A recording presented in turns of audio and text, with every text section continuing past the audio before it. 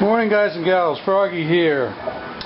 What I'm going to show you today is the installation of front brake pads on my BMW e9x coupe.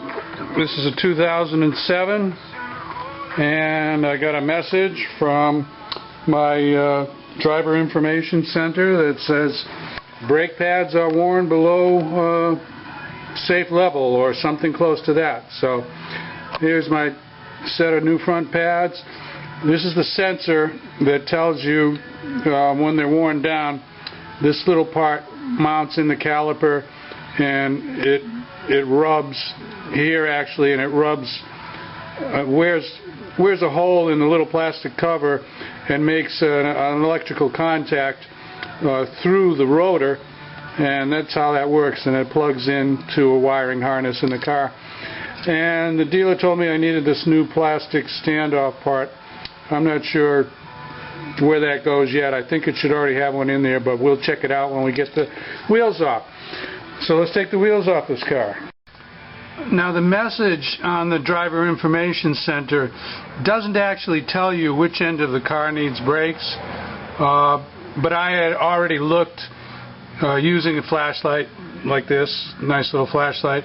I already looked and I could see that the brake pads in the front were very thin and the brake pads in the back were much thicker, significant. So if you look there, let me see if I can give a close-up.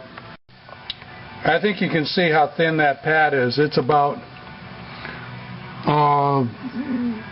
maybe a couple millimeters, maybe 2.5 millimeters.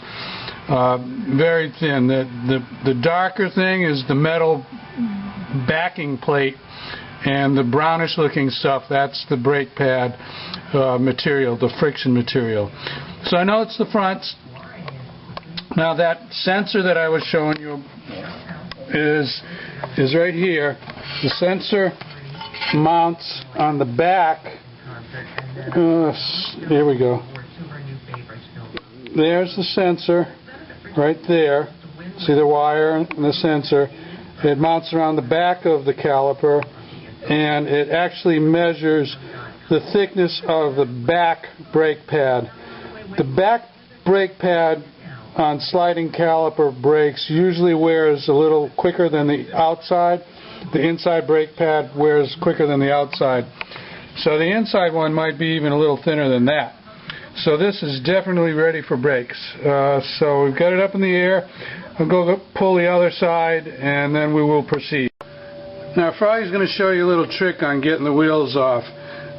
This is just a stud. I made it, but I bought a bolt and I cut the head off the bolt, and it's the same thread as these studs that hold the wheel on. It's the same thread, because when you take the last one of these off, sometimes the wheel will just fall off on you, and it's a little out of control. So when you take 4 of them out, or when you take the first one out, you thread this back in there, and then you take the other 4 out, and then if the wheel wants to fall, it can't go anywhere because it's held on by this one. Make sense? Now, having said that, in this case, the wheel hub was rusted onto this bearing hub. They mate together. I'll show you the wheel hub too, and they got a little rusty. So I had to take my size 11.5 and just kick on the wheel a little bit. Carefully, you know, not crazy, but to get the wheel to pop off. Now here's the other side here. You can see where it rusted. It's pretty much normal. You want to clean that up good when you put it back together. So we put some anti-seize on that lip there, and that'll make it come apart better the next time, and it won't hurt anything else. It'll just minimize the rusting that goes on there. Okay? You want to check your rotor, make sure that it's not gouged. If you let your brake pads go too far, and you started rubbing the backing plate with a no friction material up against here, you could gouge it up. Then you'll have to replace the rotors. You also want to measure the thickness with a caliper. There will be a marking on the rotor. Minimum thickness 22.4 millimeters. So you want to make sure you meet at least the minimum thickness. These I've already checked, and I'm not going to do rotors on this car, so that's another video. So Froggy knows these rotors are good and they're smooth. Some people recommend turning the rotor, which means putting it into a special lathe machine, or brake lathe, and you can do that. I'd say you got about a 50% chance that the guy running the lathe is going to screw up the rotors rather than make them good. Maybe, I don't know, maybe I'm being too pessimistic. But anyway, if my rotors feel smooth and they're minimum thickness, I don't turn them. I just reuse them again and they'll be fine. There are two caliper guide pins.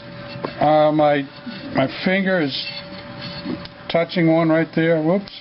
It's right there. It's got a round rubber end to it, and it's got a cap on it. And you want to take that cap off like that, and there's one on the bottom too. And we're going to take those guide bolts out, the guide pins out. The guide pins take a 7mm Allen on this car. So I've got some Allen sockets, and I put a little extension on it so I can swing my wrench and get it out of the way a little bit. So we'll take those off now. There I've got my wrench, my Allen socket on the upper one there, and they're not on that tight. I'll give you a torque spec. We put them back together, and let me show you. There's the lower one right there. You see those little rubber cups that goes inside the little rubber cup. So now I need two hands to turn it off. Here's the old sensor. I just pulled it out with a pair of needle nose pliers, just some pliers you can reach in there and just wiggle it and pull it straight backwards towards the back of the car. It'll come out. You can't reuse this. That little surface right there, that surface is where the rotor wears through and makes an electrical connection, and it knows that the pad is that thin. So just buy a new one when you go to do your brake pads. It plugs in, let's see, goes around here. It plugs in right inside that box. So we'll have to open up the clips on that box and plug it in there. The new one. This retaining clip has to come out, and the way I like to do it, there's a couple of ways to do it. Here and here it has some little ears that are hooked inside the caliper body itself, and of course it's got spring tension on it.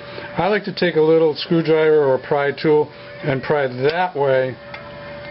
See how I pried it, and now you can see that they're loose. And then I'm going to need two hands to do this, but then I just reach under there, right in the center of the shot, and I pull that out at the same time, and it'll pop right out. It can have some force, so make sure you have your safety glasses on and be careful when you do this. You grab onto it good and control it as it comes off. There you go, and as you can see, I've got it off. Now we can push the caliper back. You might have to get over this lip right here, so you might have to wiggle it a little bit or pry it, just gently pry it a little bit to get the caliper off.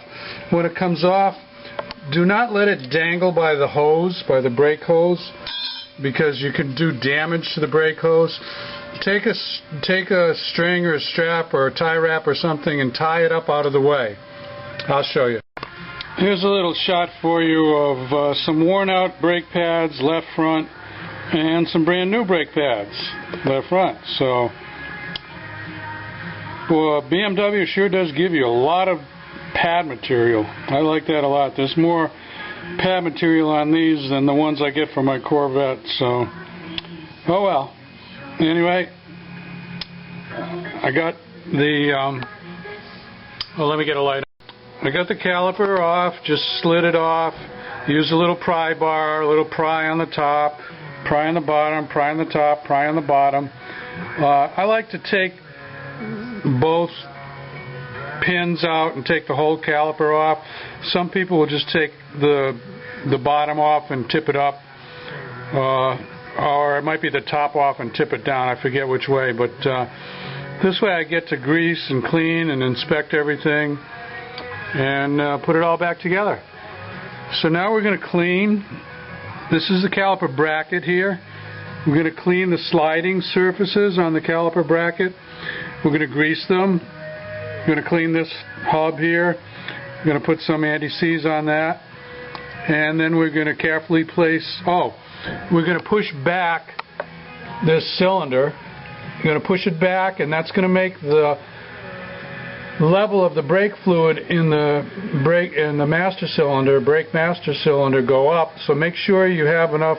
If anybody has added fluid there, you have to suck some out before you push this back, otherwise it'll spill over. And we're also going to do a brake bleed job, but I think I'm going to do a separate video on that, bleeding the brakes. But anytime, I recommend, if they haven't been bled, when you put pads on, or pads and rotors, then you bleed the brake system. Okay? So I'm going to go start cleaning up. Clean up the slide pins before you put them back in. I used some 000 steel wool, and I like to put a little lube on them. They're not going to attract dirt because they're inside a rubber sleeve anyway. And I've read two ways. I've read some that say put it in dry, some instructions, and I've seen some that say put a little lube on them. I'm going to put a lube on them. And when they get put back in, they go to 22 foot-pounds. Okay, both of the slide pins are back in, and the caliper is back on. Now I'm going to put the new sensor on. Here's the attachment of the new sensor. It goes inside this little plastic box that is on the inner fender, and it can only go in one way. It's got a keyway, so it only goes in one way, and it goes back in that box on top of this gray wire, which I think is probably the wheel speed sensor. Just stick it back in that box, clip the box down, and then trace the wires the same way the old one. I left the old wire in there. Now I'm going to plug the new wire in wherever the old wire comes out, so there can't be any mistake. This is a new part that was not on the original build of the car, this little white part, and it's a standoff for the sensor wire, but I don't know, to be honest, if I've got it on there right. I'm going to try this way, and I'm also going to post up on one of my BMW forums and see if anybody knows if this is how it's supposed to be installed. So you've already got one where the brake bleeder screw is. You've got a guide there, and I can see why they did it, because otherwise this wire just kind of dangles out there. So this pulls it away from the caliper and points it up a little bit. And I've just got it clipped around the brake hose, the brake fluid hose. So I'm imagining as this caliper swings in and out as the steering turns, it would all stay together. It would, wouldn't pull on anything. So it looks all right. We've got slack here. We've got slack here. So anyway, if you get one of those, you can try and see how it goes on. Maybe you come up with a better way than I do about how to put it back on there. But anyway, that's what I'm going to go with for now. This pretty much finishes up the driver's side. I'm not going to shoot the whole passenger side over again. Passenger side is the same, except there is not a brake sensor on the passenger side. That's why I did the driver's side for you. Make sure you put some anti-seize on here. Also, clean this up, clean the wheel up where they mate together, and put a little bit of anti-seize on both of them. And stick your wheel back on, and you're good to go. Nice new brake pads. If this helps you out, give me a thumbs up. And if you want more from Froggy, subscribe to my channel. It's free. Froggy out. Bye-bye. One more quick thing. Put those caps back on the sliding pins just to keep them clean. That's all they're there for.